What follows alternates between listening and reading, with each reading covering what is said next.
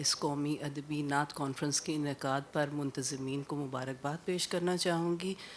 اور حقیقت یہ ہے کہ ڈاکٹر طاہر القادری صاحب، ان کی ایک خوبی ہے کہ وہ اگر سنت نبوی کی پیروی کرتے ہیں تو اس پیروی میں خواتین کو احترام دیتے ہیں.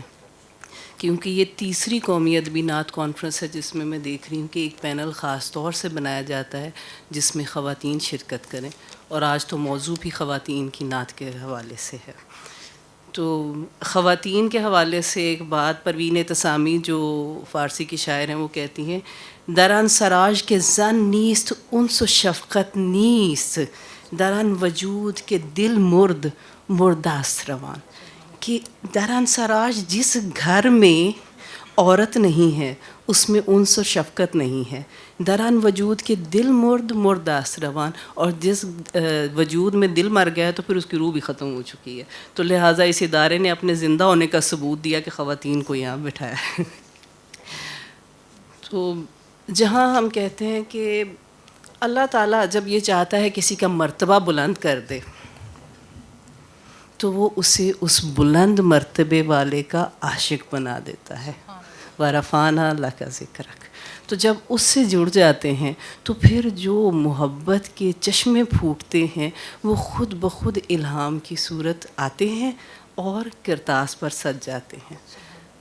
جیسے میرا اپنا ایک شعر ہے کہ حقیقت ہے کہ یہ انسان بنا کر نہیں لا سکتا، مثل غالب غیب سے آتا ہے یہ ہم کو خیال، مثل غالب غیب سے آتا ہے یہ ہم کو خیال، اور پھر کرتاس پر سجتا ہے بہر کیل و کال. رہنمائی ہو رہی ہے یہ ہماری عرش سے، قدسیان عرش لاتے ہیں پیام ذوالجلال. اور جہاں ہم خواتین کی نعت گوئی کی بات کریں تو وہ جیسے بتایا کہ ہمارا سفر کیونکہ یہ نعت کا عربی سے پھر فارسی میں آیا پھر اردو میں آیا.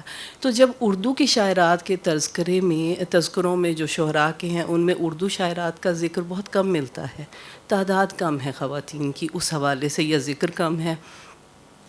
تو ایک عرصے بعد دیکھا کہ یعنی جتنے تذکرے ہمیں ملے اس میں تذکرہ شعراء پنجاب، تذکرہ مصغر کائنات ہے، لیکن اس کے بعد ایک تذکرہ آتا ہے جو حکیم فصیح الدین رنج کا لکھا ہوا ہے، اس کا نام ہے بہارستان ناز، اور یہ 3 بار چھپا، 1864 میں، 1869 اور 1882 میں میرٹھ سے، اور پھر اس کے بعد یہ 1965 میں مجلس ترقی ادب سے بھی چھپا.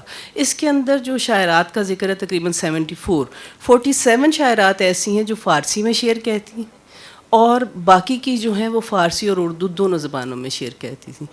تو ان کا ذکر اس کے اندر ملتا ہے. تو یہ حقیقتاً ایک توجہ اس طرف دلائی گئی ہے. میرا پی ایچ ڈی کا تھیسس فارسی نعت پر تھا 1857 سے لے کے اب تک. جب میں نے وہ تھیسس لکھا تو میرے رہنما ڈاکٹر محمد سلیم اظہر صاحب تھے، انہوں نے مجھے کہا کہ اس تھیسس کو کرتے ہوئے آپ کو بہت خوشی محسوس ہوگی، کیونکہ یہ ہم خرما ہم ثواب والی بات ہے کہ کھجور بھی کھاؤ اور ثواب بھی حاصل کرو، کہ زندگی میں بھی آپ اس کا پھل پائیں گی کہ پی ایچ ڈی ہو گئی، اور آخرت میں بھی اس کا آپ کو صلہ ملے گا.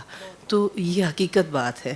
تو یہاں میں صرف چند خواتین کے نام لوں گی جن کے فارسی شعر ملتے ہیں. موجودہ دور میں پروین دخت اختر شیرانی کی نعت کے چند شعر.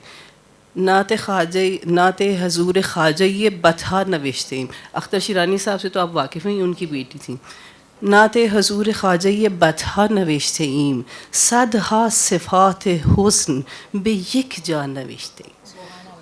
کہ حضرت خواجہ بطحہ کی ہم نے نعت کہی ہے، یعنی سینکڑوں اچھی صفات کو ایک جگہ پر لکھ دیا ہے. ان نظم گوہرین به ہزار عز و احترام در مدح تاجدار مدینہ نوشته ایم.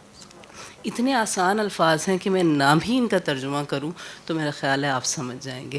دراصل نعت کے اندر الہام کو زیادہ اہمیت ہے، عشق کو زیادہ اہمیت ہے. جو عناصر شعر ہیں نا، عاطفہ، تخیل اور زبان اور آہنگ اور شکل، ان کی اتنا دخل نہیں ہے. اگرچہ شعر ان عناصر سے مکمل ہوتا ہے، لیکن نعت میں عشق اور جذبہ، عقیدت، یہ سب سے پہلے ہے. اور جب عقیدت انتہاؤں کو چھو جاتی ہے تو پھر خود بخود اللہ تعالیٰ رہنمائی کرتا ہے